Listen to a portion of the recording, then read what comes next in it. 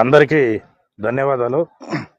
ఈరోజు పుంగనూరు నియోజకవర్గంలో జరిగిన సంఘటన పైన చాలా బాధాకరం.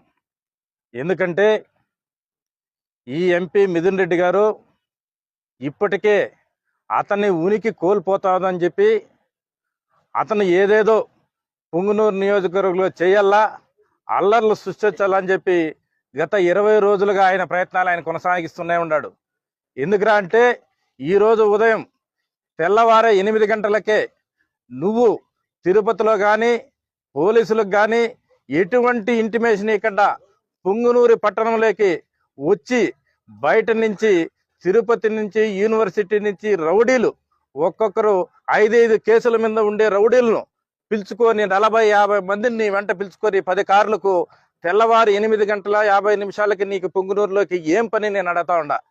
నీ రౌడీలను వెంట పెట్టుకొని వచ్చి నీ మాజీ ఎంపీ రెడ్డప్ప ఇంట్లోకి పోయి అక్కడ అన్ని కూడా సామాగ్రి అంతా రాళ్ళు కట్టెళ్ళు బాటల్స్ నువ్వు సమకూర్చుకొని తెలుగుదేశం కార్యకర్తలు ఏమయ్యా నువ్వు ఇన్ని వరకు అన్ని ప్రాజెక్టుల కింద బిల్లులు చేసుకున్నావు, అన్ని స్వహా చేసినావు.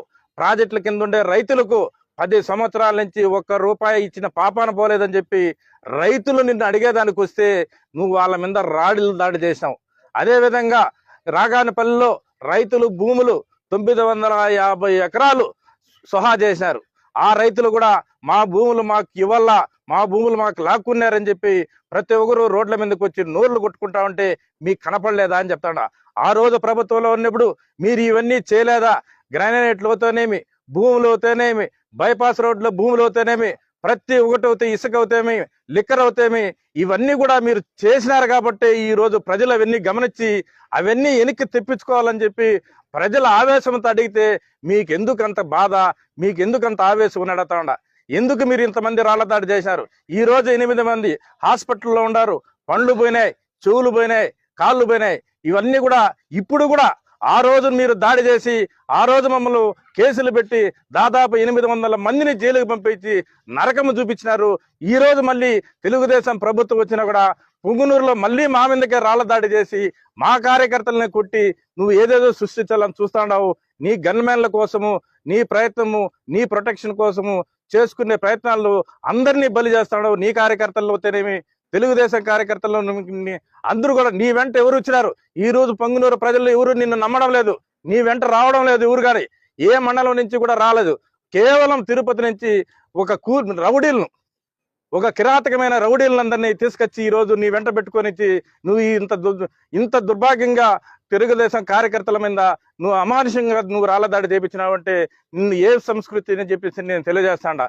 ఇది వరకు కూడా మా మీద పుంగనూరులో అయితేనేమి, సోమల్లో అయితేనేమి, కల్లూరులో అయితేనేమి నేను ఈ రోజు వీడియోస్ అన్ని చూపిస్తా ఉండా. ప్రతి తావన కూడా ఆ రోజు నన్ను 2 సంవత్సరాలు పుంగనూరులో బస్టాండ్లో పెట్టి ప్రతి ఆఫీస్ తీసుకున్నా కూడా తెలుగుదేశం ఆఫీస్ మీద మీరు దాడులు చేసినారు. నేను బస్టాండ్లో పెట్టుకొని పార్టీని నడుపుకున్నా. ఆ రోజు మీ కళ్ళు కనపడలేదా? మీ నాయన ఎక్కడ పోయినాడు? నువ్వు ఎక్కడ పోయినారు? మీరు దాడి చేయలేదా? నా పార్టీ ఆఫీస్ మీద జేసీబీలు పెట్టి దౌర్జన్యం చేసి రాత్రికి రాత్రి ఎన్టీ రామారావు బొమ్మను ఈదులో వేసిన సంగతి మీకు తెలీదా? అదేవిధంగా విశాఖ నుంచి వచ్చిన కార్యకర్తలను రోడ్డు మీద నిలబెట్టి గుడ్డలు ఇప్పించి కొట్టింది మీ కళ్ళు కనపడలేదా? ఇవన్నీ మీ కళ్ళు ప్రజలు మర్చిపోరు. ప్రజలు అన్ని బాగా తెలివైన వాళ్ళు. ఇవన్నీ కూడా ఆ సంస్కృతి మానుకోవాలని చెప్పి మా ముఖ్యమంత్రి కానీ, మా లోకేష్ బాబు గారు కానీ మీరు ఆపండి, మీరు ఎక్కడ ప్రతిదాడులు చేయొద్దని చెప్పి మా మంత్రి గారికి అవుతేనేమి, నాకు అవుతేనేమి ప్రతిసారి కూడా చెప్పడం జరిగింది.